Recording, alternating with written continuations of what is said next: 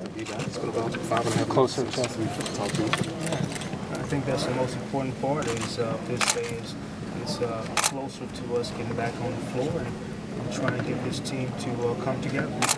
You impressed upon me a bunch the need to improve over the offseason. How proud are you of the time that they lost? That's the challenge for every individual as a professional is to come back a better player, a better person than when you left. And that was the challenge put before our guys. And what I've seen, they've done a great job, and looking forward to seeing it on the floor now. What do you like about your team as far as potential? Chelsea, you can go over a little. You got a nice mix of vets and young guys. I think at the end of the day, the versatility that we have, guys are able to play multiple positions. We'll be able to defensively dictate some things, and hopefully that will spur our ability to run and get out offensively. We'll be a team that's dedicated on the defensive end of the floor. How important is it having the new vets that you brought in that locker room for this team right now? I think where we're at right now, bringing the right people in the locker room is one of the most important things when you talk about team chemistry.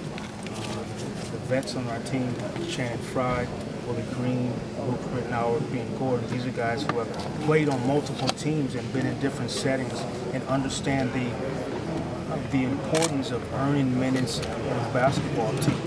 That's going to be an important message for our guys in the locker room right now. How much can Shannon have like a trickle-down effect on? It's about more than just him. It's what he does for Victor, what he does for Alpha, the spacing he gives you on the floor, the leadership in the locker room. Can he kind of have a trickle-down effect on your young guys?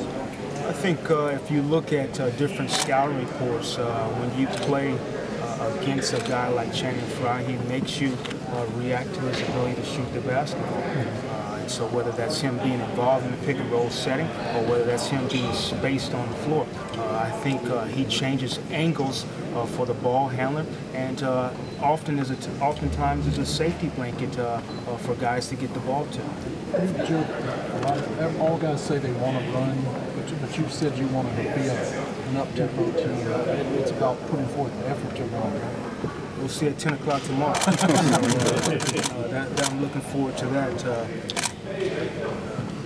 The challenge of what you say, being able to translate to the habits that you create to get there. That's the challenge for this group. We can have all the youth and athleticism and versatility, but if you don't do it on a consistent basis on both ends of the floor, then it's mute. Coach, a lot of people look at this team, they've seen 43 wins the last couple of years. They want to see some progress. How do you measure that? How do we know when you guys will find success? How do we know when you'll be successful? How do we measure that? You know, Larry, that's always defined different ways, whether it's, statistical categories. You can do it win-loss columns. You can do it on the road and versus home. I'll keep it very simple with these guys. The challenge of being better that next day than you were the previous day. Where does that lead us? I'm not sure. But consistently, we want to be a team that produces and gives effort consistently. That's the most important thing on both ends of the floor. That'll be the challenge with this group.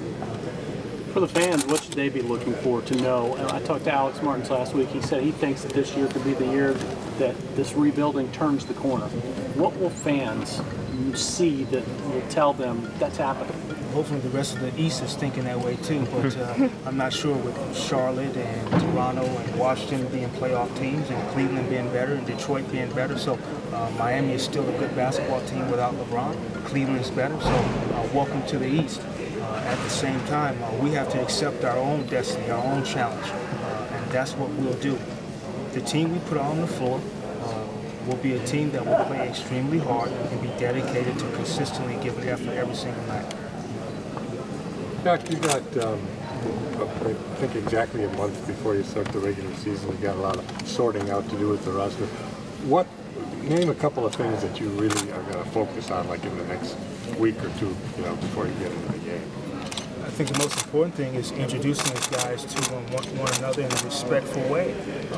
In order for us to grow as a team, there has to be a respect factor amongst the new guys, new acquisitions, free agents, guys who are returning.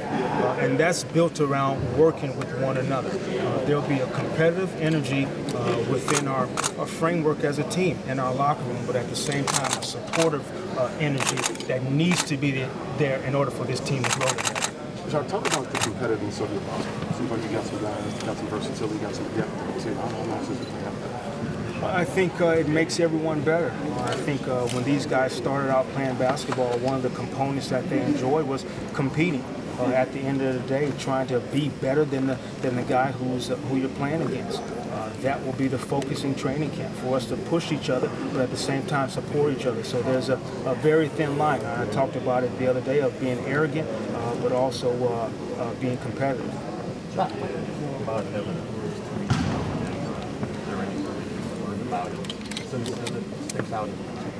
Well, I had a great chance to spend some time with him when I went over to Spain and continue to learn about him as a person.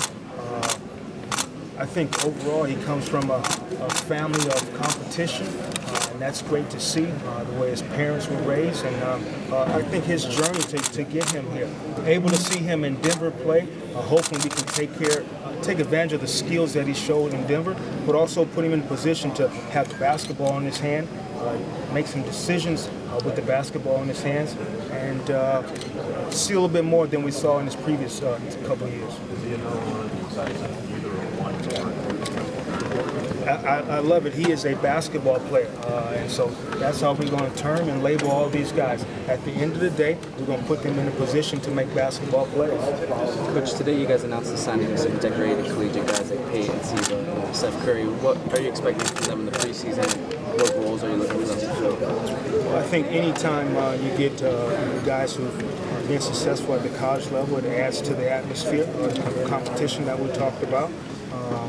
But there'll be a challenge of getting a lot of guys together and playing cohesively during the preseason. Coach, your training camp philosophy, it is a fluid day-by-day thing, or do you have things on paper that you have to get accomplished every day for a couple of weeks and you go with that?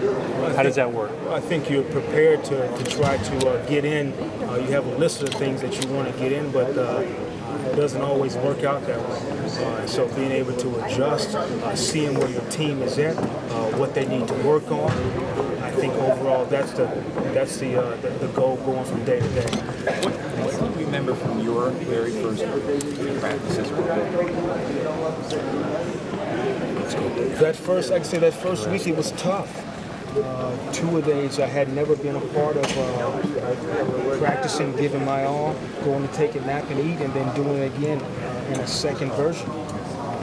So at the end of the week, I remember being sore and tired, and I thought that I was in shape. I think that left a lasting impression on me, and that's why we try to get our guys to be in shape as they come to camp and not work themselves in shape during camp.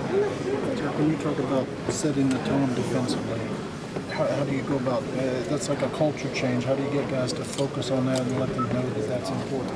It starts from day one. I think the great thing about this roster right now is everyone that's in this locker room that we either acquired or brought in or kept to grow with us, we've done that. It's been our decision to bring those guys and have them here. So they'll be locked into what we want to do as a team, and that'll start with the first drill of the day. How often do you intend to go twice a day? Right now I'm scheduled to do 3 before our first preseason game. What type of improvements have you seen from year 1 going into year 2 here? Well, from right now, what I've seen, just his body looks great. Overall, his mental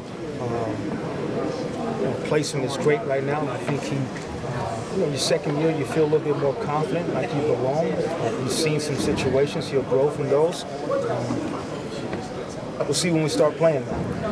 It's not only a big year for many of the players on the team, also a big year for you. You've had a couple of years under your belt. The team's kind of used to you now, a little bit more defined. What are you looking to personally gain and improve on as this year goes on and you get ready to start your third year? Philip, I think overall this group has to learn me. We have a bunch of new players. We'll grow together. My preparation doesn't change. I think it's my job to get these guys to grow together and learn about each other. Keep it that simple. I'll let you guys complicate it. Okay, last question, please. Anyone? Okay. Thanks, Coach. You got it. See you guys.